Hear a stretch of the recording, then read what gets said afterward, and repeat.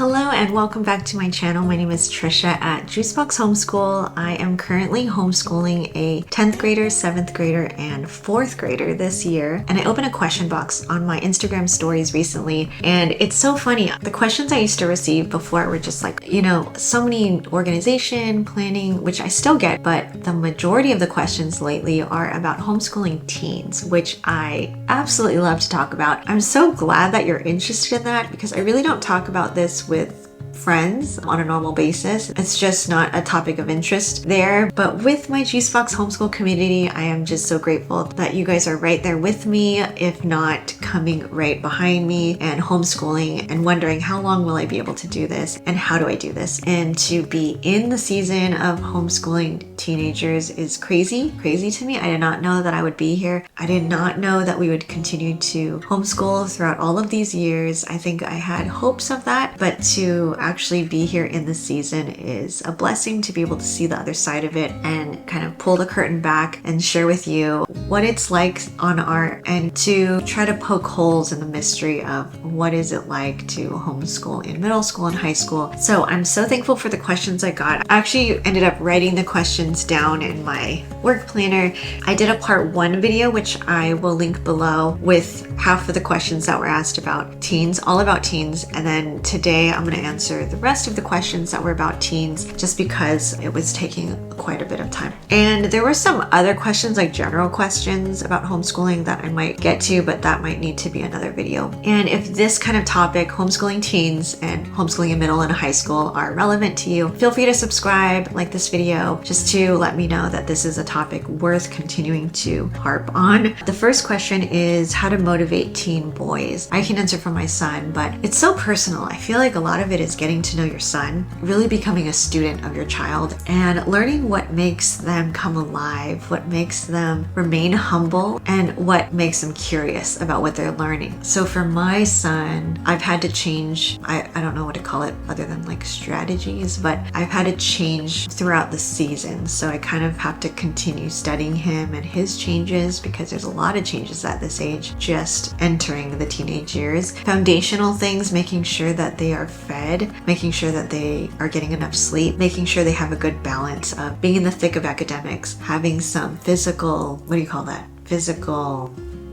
making sure they have time to get their energy out physically. Sitting at a table for even half the day is hard for my son, so getting him out of here and doing some other things. He loves music, so he'll just get lost in practicing the piano or the cajon. Those foundational things for us is the beginning of, making sure at least that's covered. I think the next level is knowing how they receive love best. So whatever that is, I feel if you make sure that they're filled in that way, that at least helps my son to be really receptive to my instruction, really open to my suggestions. For a long time, my son was the reluctant reader, reluctant writer. And in some ways, there's remnants of that still there at times. He's overcome a lot of those feelings of reluctance, but because that's how I have known him as a child, I still make a bigger effort to try to make things fun, to try to offer suggestions and options so that the schoolwork is a lot more pleasant. One of the ways is access to audio and visual learning tools. So with science, he uses Artesia's general science. And I was very worried about him in that level, by the way. That is designed for 7th graders. It's suggested for 7th graders. And there have been seasons where I've had him use a younger level of different subjects.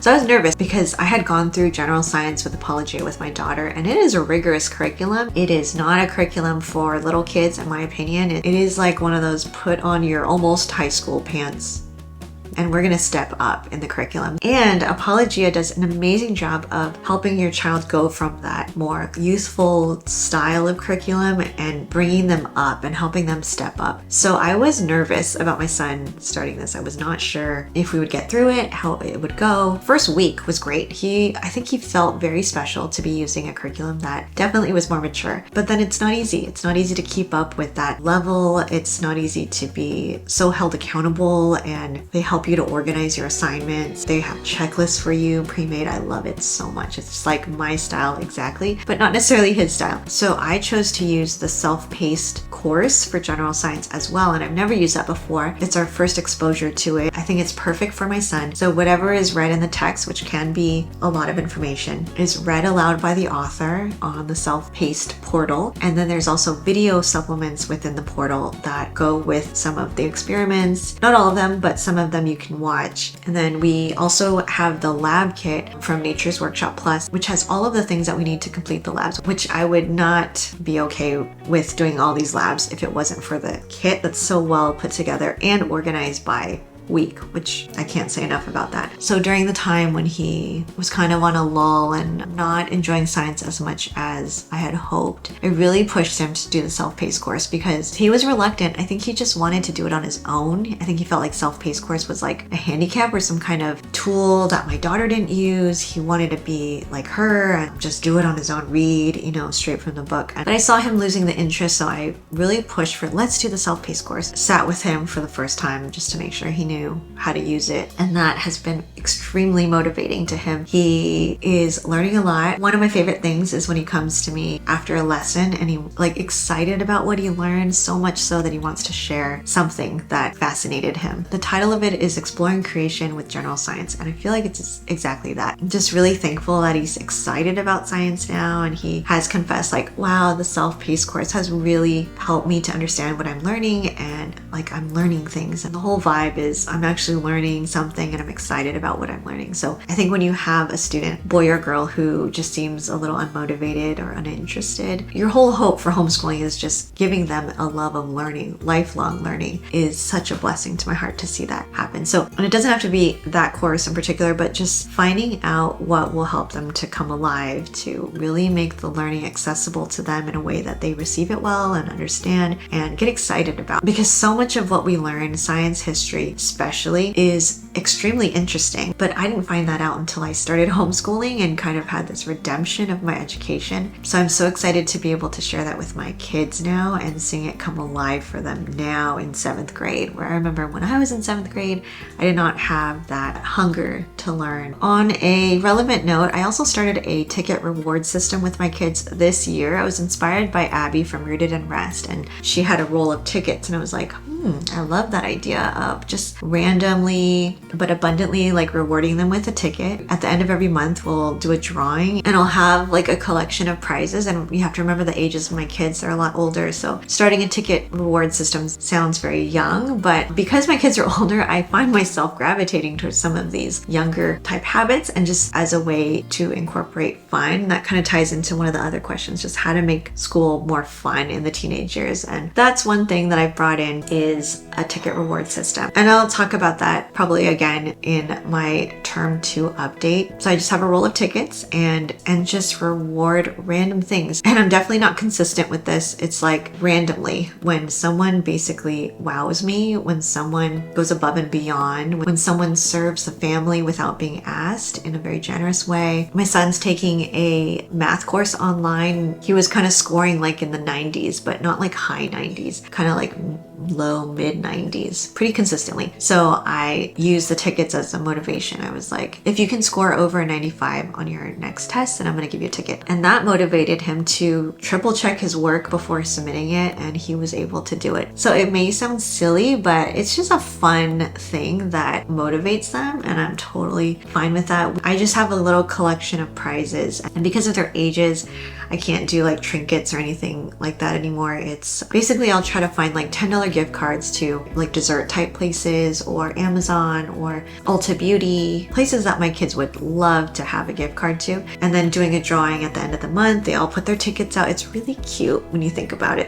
Teenagers, they lay out their tickets and just wait excitedly as I pull a number 1. Some months I'll pull 2, sometimes I'll pull 3. It's just kind of like a surprise. There's no expectations. It's not They are entitled. At this age, they hold it very loosely, but also play along and like have fun with it. So another way to just make things more fun. I have a video about this, but I did a review on Homeschool Languages. It's like a Spanish curriculum for younger kids. So the box is really cute, full of all these goodies. The lesson book is beautifully done. As I looked through it, there's like games and really easy things, but it's in Spanish, which my kids are very new to and speak like a very young kid. So I incorporate that into our morning schedule just once a week, and that has been really fun and silly, and we do it together, and they're starting to use their level 1 Spanish vocabulary in their everyday life, which is fun. That's another way we infuse fun. Another thing we added in our morning meeting time is a study on slang. It's a language arts curriculum from Wonderhouse Creative, and it's just a unit study on the history of slang words. So going through the decades and talking about the different slang words, what they mean, putting them in sentences. That's another thing we do once a week on Thursdays, and it's just really fun. And they're bringing back the old slang words from the 30s and 40s into today. So those are just some of the small, not too time-consuming ways that we add fun into our busy homeschool days. Okay, another question is any updates on Generations curriculum? So we are using Generations curriculum in a variety of ways. I have an unboxing video with a lot of goodies from Generations. I love so much. I ordered a lot of books from them, just readers, things that I read with my teens, some books that I'm going to read as a family read aloud. It's one of my favorite parts about their online store is their book selection, and they have a whole section you can click on, like I think it's like selections for boys and girls, but I found a lot of really good ones there for my one-on-one read alouds with my teens. As far as curriculum, we are still using their Proverbs Bible study. I'm looking at the basket we use for morning meeting, but I'm using their Proverbs Bible study, the first volume in morning. What else? I'm looking over there. I have 2 curriculum for my teen that I had to put a hold on. I put a hold on How Jesus Runs the World, I think it's called. I'll link it down below. That one was really good. It's almost like life skills and what's life going to be like after high school. I really liked the premise of it, and we are going to get to that. It's just that we can't fit it in during the regular school year right now. My son is going through How Jesus Built the Church. That's designed for 7th grade church history curriculum. I love that he's going through that, and I will just check in with him on Friday to make sure he's on track with the week. So he's going through that. My daughter is going through God's Big Story level 4, and also taking Asia for Jesus. She started that second half of last year and working through it slowly here. So I don't have her do that every day. I have her do God's Big Story every day as her personal Bible study. She loves the storybook. It's really good. And then taking Asia for Jesus, she will do about twice a week. Taking Asia for Jesus is so beautiful. I love the photographs in that book. She loves looking at those and reading the description underneath. I think those are really well done books. And for Generations, I'm not sure if I would always use a workbook in the future. I think in the future when I purchase from them, I think I would look online and see, is this something I want her to read for enjoyment and curiosity, or is it something that I want her to really process the information more thoroughly? I think because of everything could have a workbook with it, I don't want her to be doing a workbook for every single subject and everything that she does. Just to have more freedom and have some subjects that have like structured workbooks and some that are more like just maybe she can notebook and narrate on it. So those are the current things that we're using with Generations. Someone asked if we're using their science curriculum. I've never checked out their science curriculum. We're really happy with what we're using right now for science, and I've used Apologia for years. So we're just used to it, and it's worked really well for us. So I don't think I'm going to change that. Oh, how to homeschool multiple ages when you have teenagers. So I do have a blog post on this, kind of like our homeschool rhythm, homeschooling multiple ages. And especially when we were shifted maybe like 3 or 4 years ago, or even earlier than that, it was a lot, because I think anytime you have an infant or a toddler, especially a toddler, it can be really hard. But I do have some things that worked well for us in those years that kept me sane and kept my oldest one occupied moving forward and kept my toddlers content. I will leave that down below. But one of the things I know worked really well for us was having a few, you don't have to have many, but a few fun things that your toddler can do, fun and educational things that are only accessible to them during the homeschool time. So I would have different bins of things that are not too messy, depending on your comfort level. My comfort level was not good. So my tolerance was not high. So I did not do a bunch of like sensory bins and like sand and stuff like that. I had like a tracing magnetic board, or some building blocks, or for many years we had a marble track to build that was really fun. I had some board games from Educational Insights. Those things I would keep up high on a shelf that's only for use during the school time. So it was a special thing. It was not accessible all the time. So when I needed to work with my oldest, I would be able to ask my younger kids, like, what do you want to play with, or what do you want to use? That gets pulled down and is very exciting to them because it's more rare that it's pulled out, and they're busy and content with that. So that was a big win for us. And then put it away right after I'm done with her. So it's very limited time. I would always have library books and just rotating them out so that that is always accessible, and kind of like the strewing technique. So that was one of my biggest takeaways from that season. That worked really well for us. Okay, a few people asked about dating rules, and as far as I know, we're not there yet. I do try to keep in close relationship with all of my kids to know where they're at, to have a pulse on where they're at. And that's not something that we have to have rules over. And I'm hoping that I won't have to have real, big rules to follow, but just more discussed through boundaries for things like alone time. And I'm really hoping that the foundation that we built will make that season easy. And hopefully it'll be something I don't have to deal with. Maybe it won't be till college. That would be nice. But I really hope the time that we invest in communication and our relationships will help walk us through that season when we get there. How to manage time, homeschool planning, and curriculum. So in elementary, I start teaching them how to fill out a planner and follow a planner. And then later elementary, middle school, I have them start to take my planner and fill out their own planner. In high school, my daughter's filling out her own planner 100% on her own. She'll sometimes cross-reference with my own planner. I barely write anything in there for her except like the days we're going to read together, or I do a consumer math curriculum with her on Mondays and Fridays. So I just write like what week we're on for government history, like, just so I can keep track of like, are we good? Are we on track? And then also like it reminds me what books I need to check out from the library for her. But I don't write details anymore of her homeschool stuff in my planner. That's all her now, and that has worked really well for us, this whole teaching them how to plan and having them take ownership of their own assignments and schedules. That's the goal. So that in high school, they're really managing their time themselves. How do I manage my own planning? So for me, I typically will fill out my own planner on Tuesday or Wednesday at the latest. I'll do only 1 week at a time. So I know the general idea of what we're doing for the school year, but as far as like what we do each day, I'll wait to lay that down on paper until the week before, just so I can look at our personal calendar and see, okay, what do we have? Like this person has an appointment on this day, or this day we're gonna have to take off because of whatever. I also try not to, if I can help it, schedule appointments during the homeschool day for my son and for my older two kids, because they have some online classes. I don't want to mess with their schedule. And also, like I mentioned, they're managing their time on their own quite a bit. And I know if I plan a dentist appointment or something for them, it's gonna really throw them off. Okay, that's gonna be it for this Q&A. If you have any other questions about homeschooling in the teenage years, leave me a comment. I'll definitely get back to you.